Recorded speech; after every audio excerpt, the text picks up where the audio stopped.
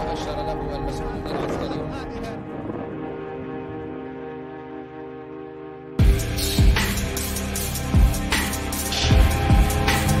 States is in a state of security and surprise. We fear this. We fear that they have something out that majority of the people don't know about. Olan tüm halkların hakları gibi haklar. Ne aşağı ne yukarı. Ne fazla ne az. Pent-up feelings that may result from decades of repression and people who've had members of their family killed by that regime. A lot of killers. A lot of killers. Why, you think our country's so innocent? But I won't attack it because someone fixed me on it. I don't let anybody use me to fight their battles.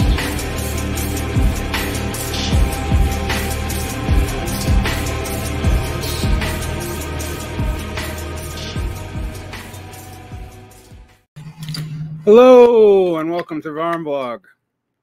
And today we're going to talk about Brandon, or Biden as the case may be.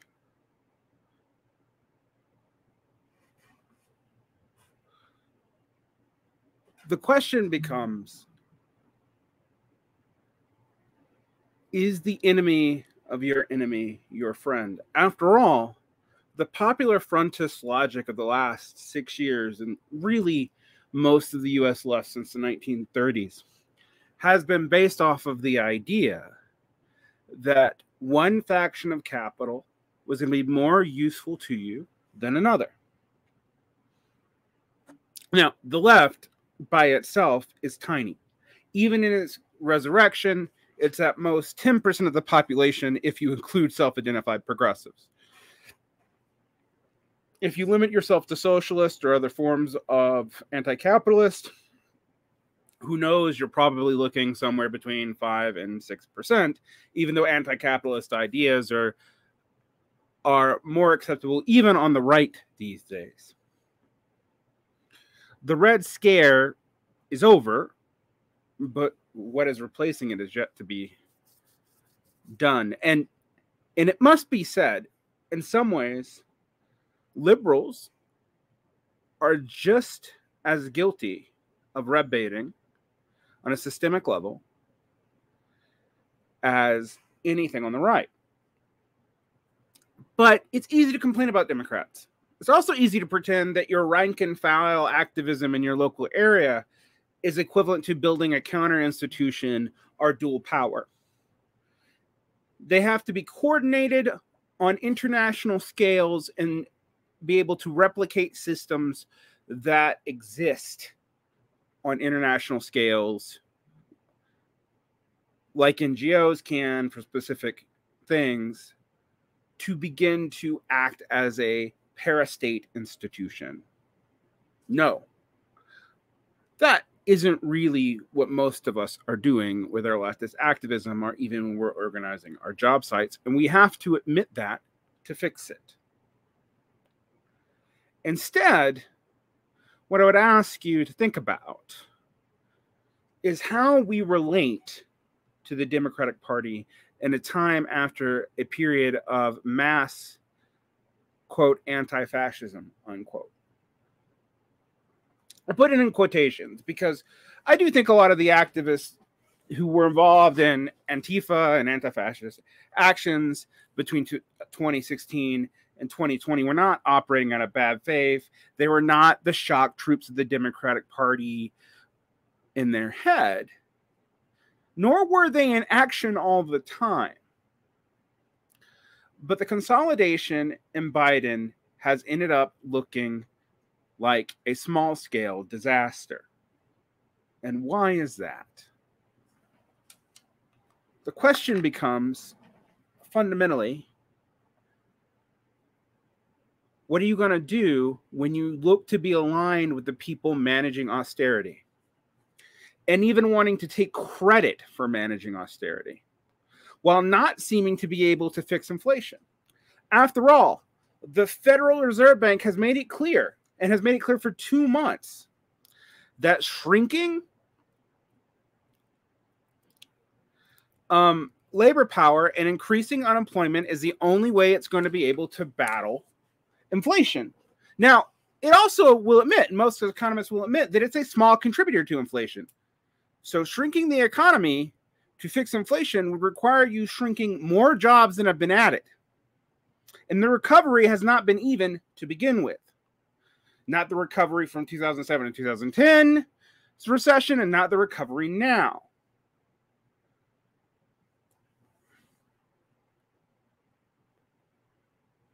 This is something we have to deal with. Why does it matter?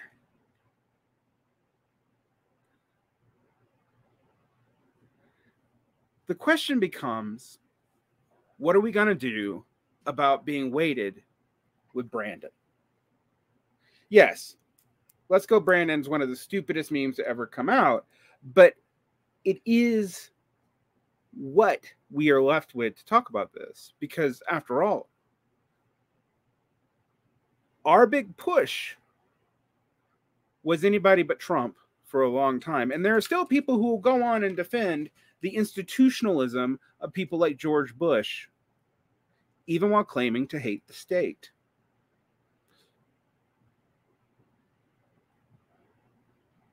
This is not to defend Trump at all, but this is to show the priorities.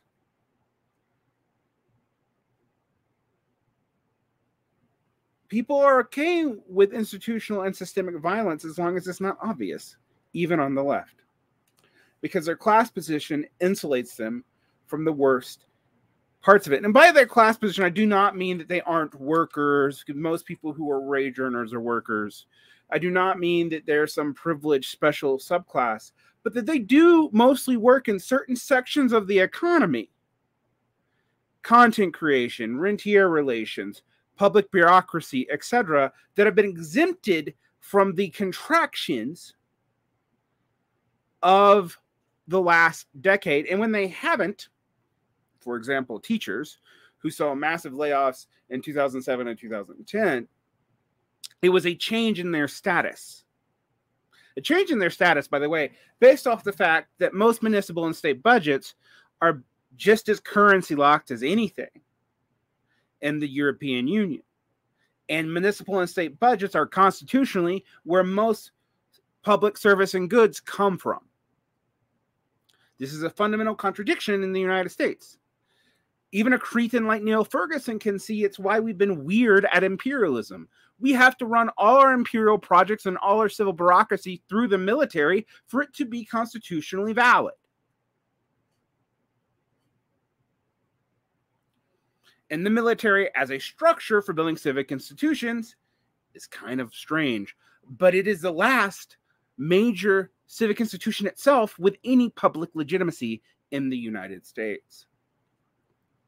Poll after poll suggests this, and it doesn't matter whether you're liberal or conservative. The average person trusts the military to be uniquely apolitical in its public bureaucracy. It is also uniquely undemocratic, but that is beside the point. So what does this have to do with the left's seeming ambivalence about Joe Biden? Everyone always makes a harm reduction argument. But if you empower people who are, that you think are fascist, by your political moves and the people that you empower to fight them being incompetent, the outcome is the same. And in fact, in some ways, the outcome may even be worse than if you'd done nothing at all. So even from the logic of harm reduction and consequentialism, this doesn't make sense. Because you were more effective at opposing them when they were in power. Don't believe me? Why have most of the social issues, from the kids in cages to Medicare for all, dropped from the conversation during the Biden administration? And despite all the people on the left, and many people who I actually respect, trying to convince us that the times and material conditions were going to force Biden to become more of a man of the hour and move us beyond neoliberalism into some kind of neo-Fordism or whatever. There's been no evidence of that. The corporate giveaways are in the inflation bill, and the things that stick are often things that disproportionately hurt lower income people, whether petit bourgeois, gig workers, or employees. There has been a push to lower the amount of reportability on things, on services like PayPal and Venmo, but in a very confusing way. Since last year, it's been $600, triggers a reporting status, and there have been bigger pushes for people to get more information for this. But there needs to be more explanation on how this works without you accidentally sending someone your half of the rent and it triggering you to be double taxed on your income, which can easily happen.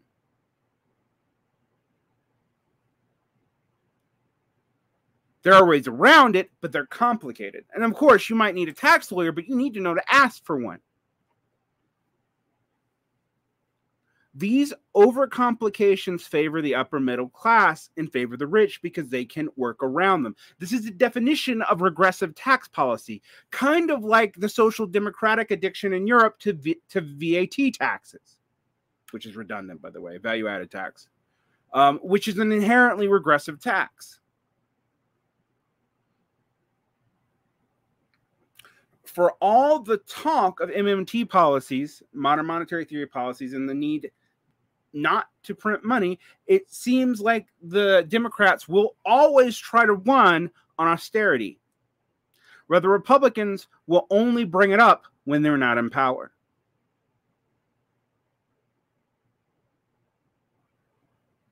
Do you want to be saddled with that baggage?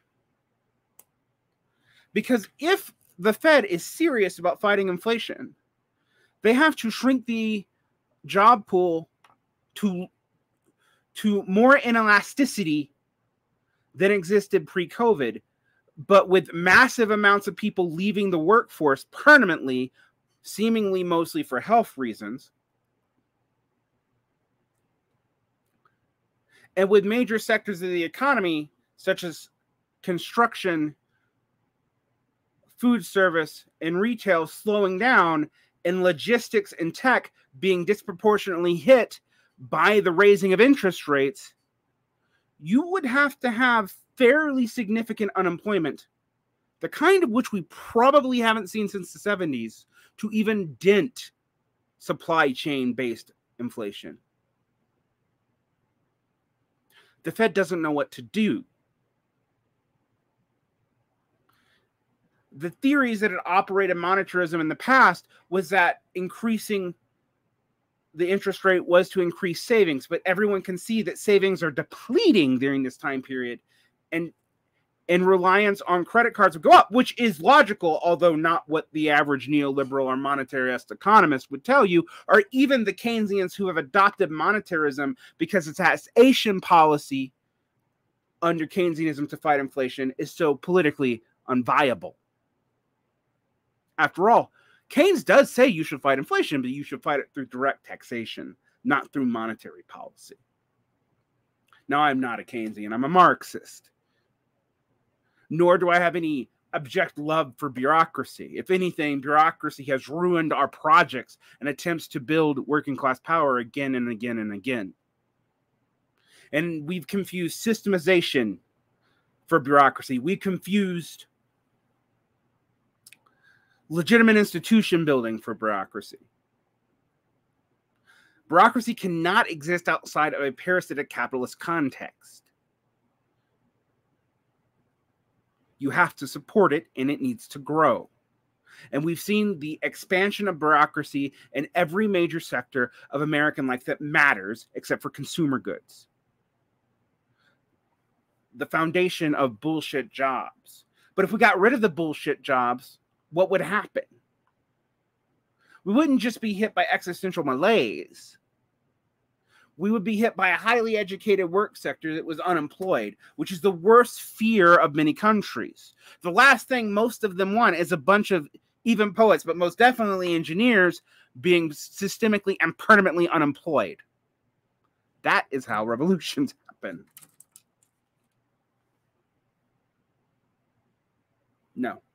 we need to talk about Brandon, because we're increasingly playing the role of Hilferding.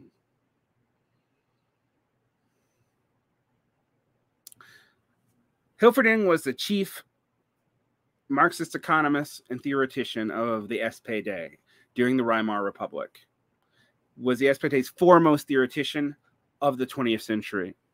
A physician by training, later into economics, he served as finance minister of Germany from 1923 to 1928, in 1923, and again from 1928 to 1929. He fled into exile in 1933 and died in the custody of the Gestapo in 1941. While identifying with the Austro-Marxian group, a group that I have a lot to say positive about as well, he ultimately oversaw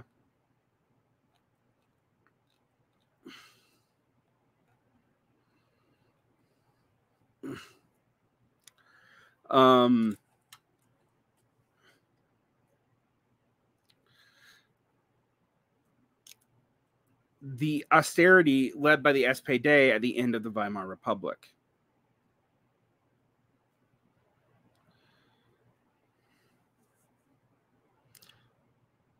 He opposed the October Revolution and described the USSR as the first totalitarian state and the first totalitarian state economy. In 1919, when he acquired German citizenship, he strongly opposed the merger of the USPD, the United Social Democratic Party, which was the split off with a bunch of different people, with the Communist Party of Germany. And he continued to attack the Communist Party throughout the 1920s. At the peak of Weimar inflation, he served as the German Minister of Finance from August to October 1923. He contributed to stabilizing the mark, but was unable to stop general inflation, and led to the overseeing of the implementation of the Reidenmark.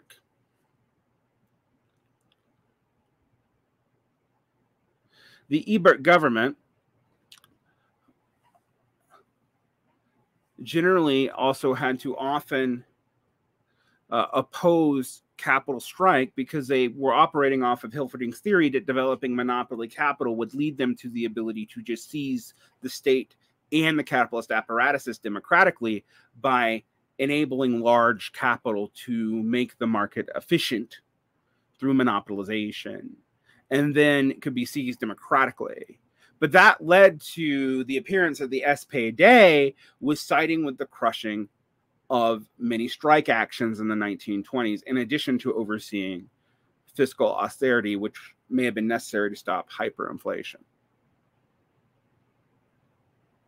This alienated unemployed workers who left en masse either to the Communist Party or, in some cases, sided with much of the petite bourgeoisie and the working poor being landholding peasants, as a part of the mass base of fascism.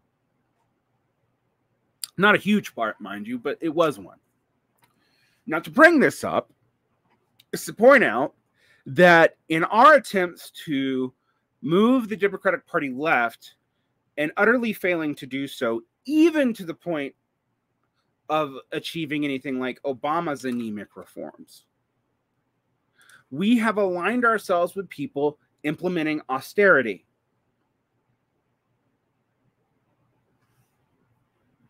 Biden has spun his inability to get most of his spending packages through Congress as a means of decreasing the deficit, a deficit which he has decreased, although largely not by design.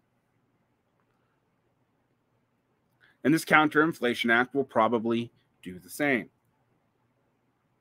He has been unable to control the Fed, although the Fed is ostensibly politically neutral.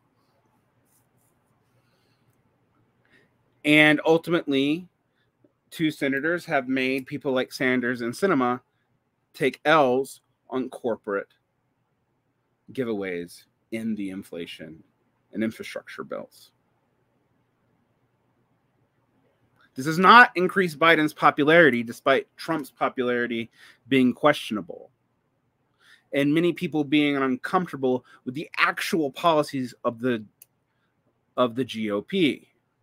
The Republicans are not viewed favorably, but Democratic unfavorability has actually outpaced theirs for the first time since George Bush. Do you want to go down with that ship?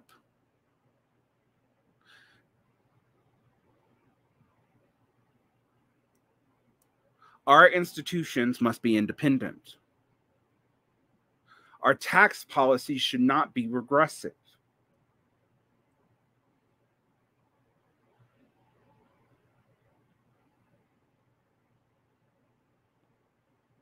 If we were going to ally ourselves with the Democrats, we would have to make clear our differences from them. But popular front policy means that we can never punish them for failing to deliver. It's too dangerous to risk punishing them. We must vote for harm reduction, even when the harm reduction doesn't come. Furthermore, the optics of this administration has been uniquely poor. Even poorer in many ways than Jimmy Carter's administration. Biden has seemingly been quiet on key things where you would expect the president to weigh in. From Merrick Garland authorizing the DOJ to seize Trump's Mar-a-Lago held papers, which were probably handled incorrectly, I have no doubt, but will trip all kinds of paranoia, and the White House claiming they didn't know what was going on. They can't take a win for it, but they can trip the paranoia for allowing it to happen anyway. And unless Merrick Garland builds a pretty substantial case, you can be stuck with another nothing burger like the Mueller report. Not that there was nothing in the Mueller report, but there was nothing that seemed serious enough to be actionable and that could not be applied to prior presidents. This is a fundamental problem. Furthermore, Trumpism, whatever that is, has stalled whatever realignment and reconciliation of the contradictions of movement conservatism is happening. When Trump goes away, this will accelerate. It may accelerate into a more institutionalist but culturally aggressive form like DeSantis in Florida, or it may come to something we don't even see yet. It becomes harder and harder to tell.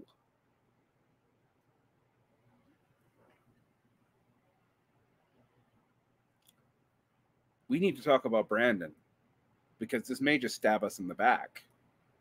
You see, I've been saying this for a long time, and people thought I was referring to decadence or moral panics. If you don't want a fascist takeover, don't create Weimar conditions. But I was talking about economics and how you handled austerity and your relation to it.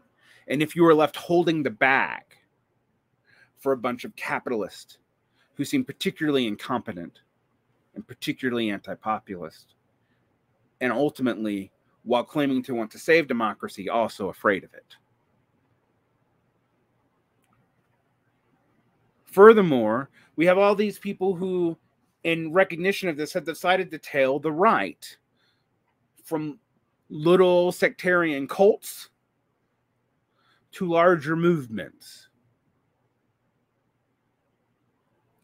While the administrative state should not be our goal, neither should be picking up right-wing populist rhetoric about regulatory agencies. I am also a skeptic of overuse of regulation. This is a liberal habit that I find obnoxious. It creates an inability for most people to understand even what they're supposed to do. See my comment about than Mo payments earlier, and creates cost disease through the increasing administrative bloat, not something that socialists should actually want. However, picking up the right's rhetoric are its cultural positions, are its hatred of government, as manifests in people's frustration with bureaucracy, should not be our goal, even if we were anarchist. Our goal is not to lead anti-systemic movements to the right. We are to be an anti-systemic movement with our own positive goals and our own agenda. And if we constantly concede that to a milquetoast president like Joe Biden, who even most Democrats barely want to see running in 2024, then we kind of are setting ourselves up for a fall. And it undoes the work and the sincerity and the fights that people justified merely 2 or 3 years ago. And to think that you can recluse to your liberal enclaves in this and that area and it's going to be okay is to fundamentally not understand both the capitalist totality and the exact nature of decline. You don't get to wait it out in the Bay Area or in New York City without seeing the results. We are all dependent on the same dollar, and the dollar is dependent on the same military. You can't have your cake and eat it too anymore. The lesson of Brandon is the enemy of your enemy is not always your friend. And tactical allegiance should never, ever be without a hard ask. Can you ask it?